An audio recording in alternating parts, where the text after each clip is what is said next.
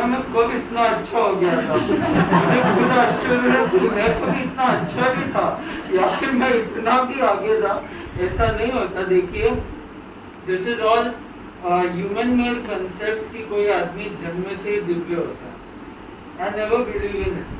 मैंने कभी इस चीज को नहीं माना कि कोई व्यक्ति जन्म से महान होता है। जन्म से कोई व्यक्ति महान नहीं होता। जन्म में वो ही, उसमें भी कमियां रहती है, उसमें भी लाइफ में कुछ अचीव करने की चाह रहती है, लेकिन वो हर चीज अचीव भी नहीं कर पाता। उसकी ड्रीम्स होती है, अनफुलफिल्ड भी रहती है, कुछ फुलफिल भी होती है। हर प्रकार की पॉसिबिलिटी हो सकती है। लेकिन एक चीज जो मैं अपने आप को नहीं कहना चाहता, लेकिन जो महान व्यक्तियों में अलग होती है वो होती है उनकी संकल्प शक्ति। वो जिस संकल्प के साथ आगे बढ़ते हैं और जिस संकल्प को दृढ़ता के साथ पालन करते हैं, इसीलिए महान बन जाते हैं। और उसके पीछे कोई भी चीज होती है वो अपने आप छुप जाती है। थॉमस अल्वा एडिसन थे, अब उनकी जो चाइल्डहुड स्टोरी सुनते हैं तो बचपन में वो इतने ज्यादा जिद्दी थे, और या फिर वो अपने टीचर्स को इतना हैरान करते थे कि टीचर्स उनसे तंग आकर कहने लग गए कि हम तो इस बच्चे को नहीं पढ़ा सकते। वो घर आ गए। घर आके उनकी माँ ने उनकी होम टीचिंग की, लेकिन उनके मन में सपने थे कि मुझे कुछ नॉर्मल, उनके क्वेश्चंस इतने अलग होते थे कि नॉर्मल टीचर्स आंसर नहीं दे पाते। बड़े लोग क्या होते हैं, थोड़े इगोइस्टिक होते हैं। अगर वो किसी चीज का आंसर नहीं दे पा रहे तो तुझे कुछ नहीं आता, होता है ना ऐसा, तुझे कुछ नहीं आता, तू समझता नहीं है। लेकिन आप ये मान के चलो, अगर आप किसी को समझा नहीं पा रहे तो मेरे एक सर है, वो मुझे इतना अच्छा, वो कभी भी अगर मैं समझ नहीं पाता तो वो कहते आप समझ नहीं रहे हो, ये नहीं है, मैं आपको समझा नहीं पा रहा। आई मीन किसी चीज को आप तभी किसी को समझा सकते हो when you know it well. आपको वो चीज, अगर आप किसी को समझा नहीं पा रहे हो तो ये समझो कि आप खुद उस चीज को अच्छे से समझते नहीं हो। क्योंकि अगर आप उस चीज को समझोगे तो आप उसको इतनी सरल भाषा में समझाओगे कि सामने वाला कितना भी मंदबुद्धि हो वो इस बात को समझ जाएगा। तो खैर, हमारी जो ये बात चल रही थी ड्रीम्स की, या फिर बचपन से आपने जिस तरह से मुझे दिव्य दिखाया या ऐसा बताया, हमारे यहाँ देखिए एक ट्रेडिशन चल गया, इंडिया में एक ट्रेडिशन चल गया कि हम हर देवी देवता को या भगवान को, जैसे हमारे महावीर स्वामी भी है, उन्हें भी बहुत महान मिला जन्म से। ऐसा मानते हैं कि उस जन्म से ही उनमें सब कुछ था। आप देखिए आचार्य महाप्रज्ञ जी की भी एक बुक पढ़ेंगे, श्रवण महावीर, तो उसमें उन्होंने साफ लिखा है कि कई अतिशयोक्तियां बाद में ऐड कर दी गई। क्यों? क्योंकि बाकी धर्मों में इतना दिखाया जा रहा था कि वो उनके देवी देवताओं को बहुत अतिशयोक्तियों के साथ जोड़ा जा रहा था, तो हमने भी सोचा कि हम भी थोड़ा मिर्च मसाला लगा दें। लेकिन रियलिटी में क्या कभी ऐसा होता है? मैं तो ये समझता हूँ, अगर हम किसी व्यक्ति को जन्म से दिव्य या फिर बहुत ज्यादा बड़ा दिखाते हैं तो आप उससे उसकी सारी महानता का क्रेडिट छीन रहे हो। क्यों? उसने स्ट्रगल किया, वो ऐसे ही वहां तक नहीं पहुंचा। उसने कितने स्ट्रगल किए हैं, उसने कितने सैक्रिफाइस किए हैं, कितने बलिदान दिए हैं, तब जाके वो महान बना। और आपने उसको कह दिया तो जन्म से ही दिव्य था, तो आई मीन उसकी लाइफ की तो सारे स्ट्रगल्स पे पानी फिर दिया आपने ये दिखा दिया कि तो जन्म से महान था, दैट्स इट। उसने बाद में जो किया वो उसकी कोई बड़ी बात नहीं थी। तो यहाँ पे इस समझने की बात है।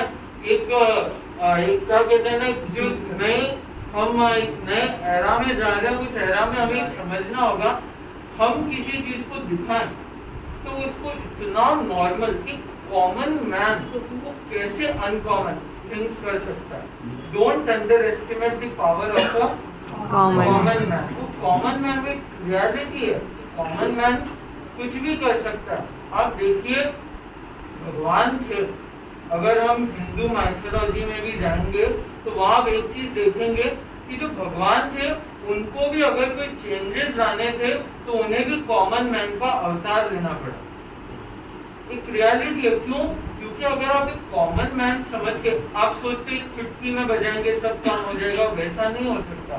एक कॉमन मैन को समझ आके, और जब तक लोगों के चरित्र में, कैरेक्टर्स में डिफरेंस नहीं लाते, तब तक कोई चेंजेस नहीं आ पाते।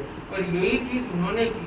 तो आप समझिए कॉमन मैन की जो ताकत होती है ना, वो अपने आप में बहुत विशेष होती है। और उस ताकत को समझने की, आप अगर किसी को है ना ऐसे बहुत ज्यादा अतिशयोक्तियों से बड़ा, आपने मेरे बारे में भी बहुत बड़ी अगर समझो बातें की, यहाँ पे 10 जन होंगे ना, जो अब मेरी माँ जैसे होंगे, वो तो सोचेंगे हाँ मेरा बेटा तो बहुत ग्रेट था, ठीक है। और 10 जने ऐसे होंगे जो सोचेंगे फालतू में ठोकते, ऐसा कुछ है ही नहीं, ठीक है। और यही आप अगर एकदम विद द फैक्ट्स, रियलिटी कि जयेश मुनि ने मतलब एक बहुत नटखट थे, एक बहुत ही काइंड ऑफ जिद्दी टाइप के बच्चे थे, और एक मतलब ऐसे नहीं थे जो जिसको हम कह सकते हैं कि वो एकदम बच्चा जन्म से सीधा सुधा और परफेक्ट था, वैसा नहीं था। लेकिन वहां से उसने अपनी जर्नी को स्टार्ट किया, और उस जर्नी को बहुत सारे फैसेट्स के साथ में, मतलब ऐसा नहीं है कि वो आज भी परफेक्ट हुआ है, लेकिन वो उस जर्नी पे निरंतर चल रहा है, वो आगे बढ़ने की कोशिश कर रहा है। तो देखिए यहाँ पे हो सकता है कई लोगों को मतलब मैं समझता हूँ वो चीज़ होती है बहुत प्रेरणा देती है। क्यों? क्योंकि लोग उससे कनेक्ट करते, लोग सोचते हैं हम भी ऐसे थे, हमने भी वो चीज़ें की है, ये कोई ऐसा कोई दिव्य आत्मा है, दिव्य पुरुष नहीं है, ये भी हमारी तरह कॉमन मैन है, और उसने यहाँ से धीरे धीरे आगे बढ़कर ये सफर तय किया, तो हम भी कर सकते हैं।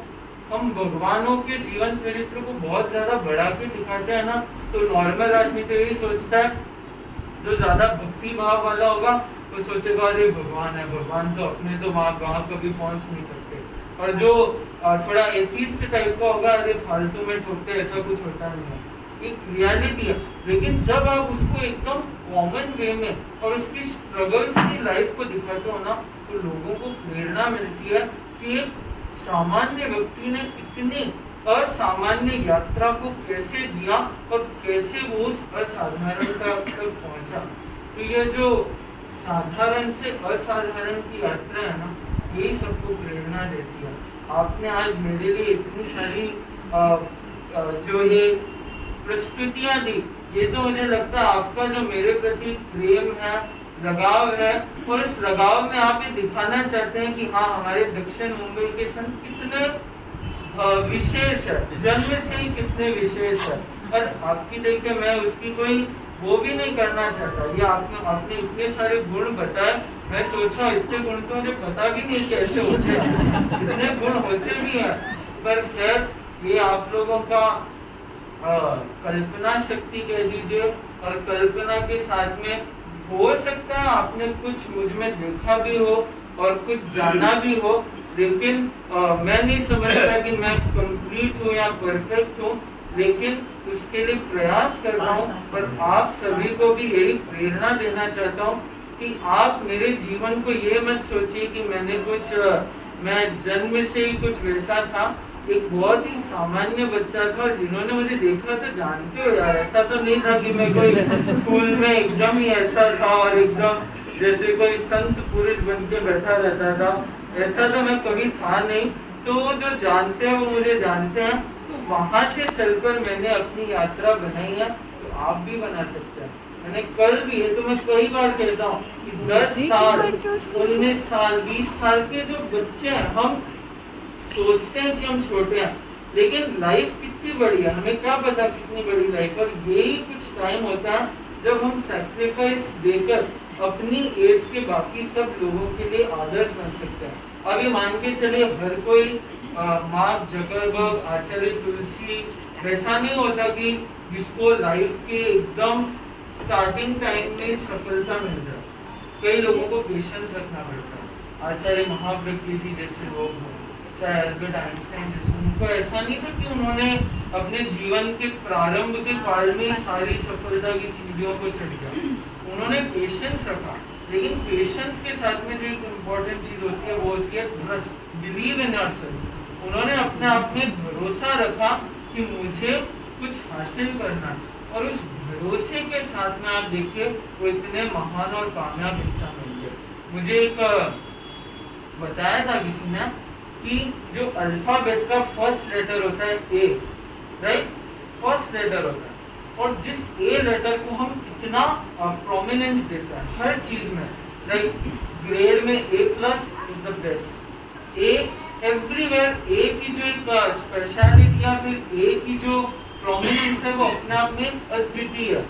It's like the best, for best हम कोई टर्म यूज करेंगे सो इट्स ए, बट उस ए को भी देखिए कितना पेशेंस रखना पड़ता है। न्यूमेरिकल्स में 1 से लेके 999 तक कहीं भी किसी स्पेलिंग में ए नहीं आता, ए सबसे पहले आता है कहाँ पे, 1000। तो जो फर्स्ट लेटर है और जिसकी इतनी प्रोमिनेंस है 26 अल्फाबेटिकल लेटर्स का अल्फाबेटिकल ऑर्डर में, जिसकी सबसे ज़्यादा प्रोमिनेंस और जिसका इतना वजूद है, उससे भी अगर इतना वेट करना पड़ सकता तो बाकी लोग तो खैर कहाँ आते हैं। और मैंने पहले भी कह दिया जन्म से तो कोई दिव्य वैसे भी होता नहीं है, तो फिर ये बात तो क्लियर होगी।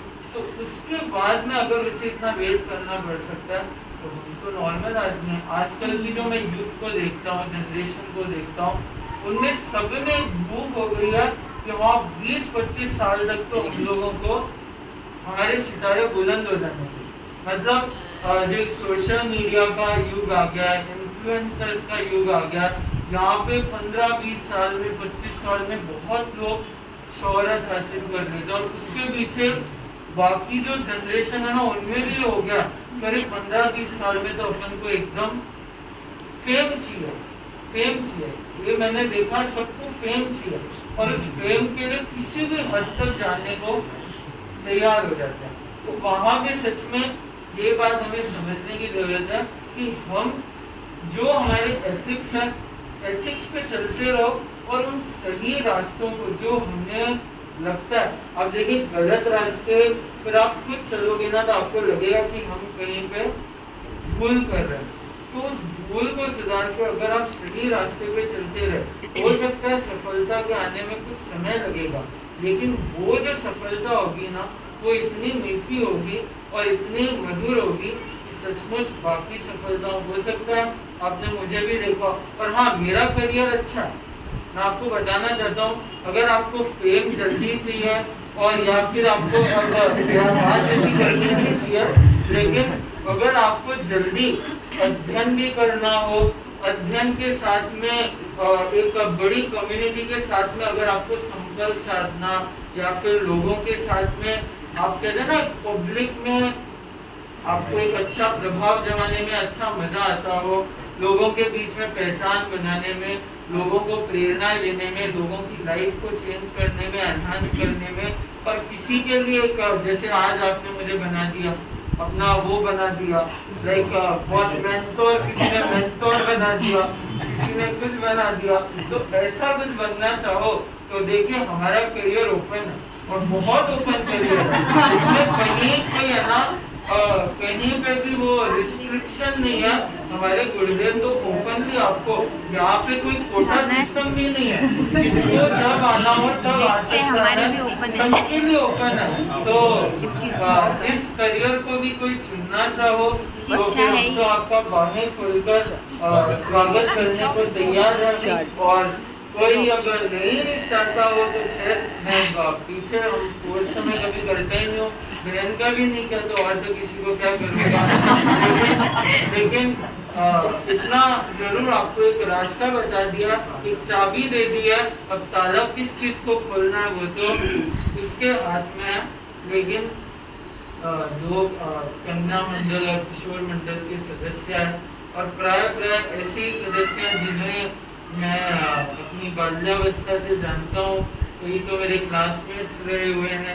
तो ऐसे व्यक्तियों ने अपनी प्रस्तुतियाँ दी, और प्रस्तुतियों के साथ में मेरे विशद वर्णन भी किया मेरे विषय में।